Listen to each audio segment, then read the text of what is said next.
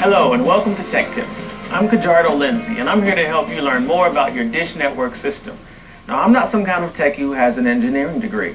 I'm just an average guy who happens to know a little something about operating the great features of the latest dish network systems. And best of all, I'm going to be sharing those insights with you. You'll get your questions answered and be up to speed in no time. Now, I think we all agree that satellite TV provides a superior quality image, and for the most part is trouble-free. But there may be a few instances where if you know what's going on and you know what to do, you'll continue to enjoy the great all-digital programming you signed up for. Alright, let's start off with a situation where you're watching a show and a heavy thunderstorm happens to pass nearby, probably off to your south. You might see this message pop up on your screen. What this means is your satellite signal has been temporarily, let me stress, temporarily blocked to your dish antenna by severe rain or hail.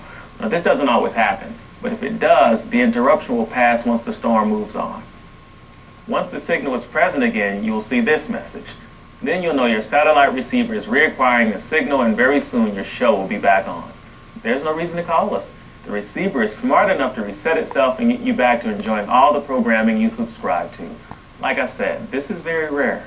With a strong satellite signal, usually a severe storm will not block your reception. However, if you notice an interruption like this often, contact your retailer or give us a call at 1-800-333-DISH. We can check your system out right over the phone and determine if any additional service is required. In the winter months, if you're in an area where heavy snow accumulates on the dish antenna, you might also experience an outage. If this happens and your dish antenna is mounted in a low, safe location, you could just brush the snow out and get the signal back. However, if the dish antenna is mounted in a high location, such as your roof, Dish Network doesn't recommend you try and remove the snow yourself. You might just wait until enough snow melts or have your retailer or another professional remove the snow.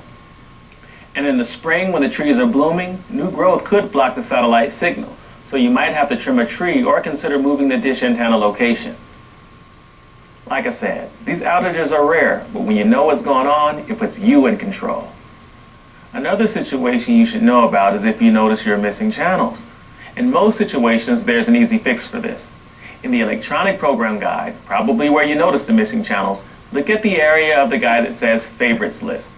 If it doesn't say All Chan or All Sub, which stands for all channels or all subscribed channels, most likely you have it on a favorites list that was set up earlier. When viewing a favorites list in the guide, you won't see any channels not saved in that list. If you see a list name other than All Chan or All Sub, press the guide button until you do. Then you should see all the channels you subscribe to. Here's a great tip. If you notice your system isn't quite acting like you expect, and the fixes I just talked about don't seem to work, try resetting the system. You do this by unplugging the receiver's power cord from the power source for about 30 seconds, then plug it back in. Your system will reacquire the signal and should be back to normal. Also, when you're not using the receiver, say overnight, turn the system off using the remote control or front panel power button. The receiver will then be able to download the latest software version and program guide information, so you're ready to go when you turn the system back on. That's just a few of the helpful tips I'll be providing you here on Dish Network 101. Now remember to check in every so often for more information. And in the meantime, check the user guide that came with your system for some helpful tips. See you next time on Tech Tips from Dish Network.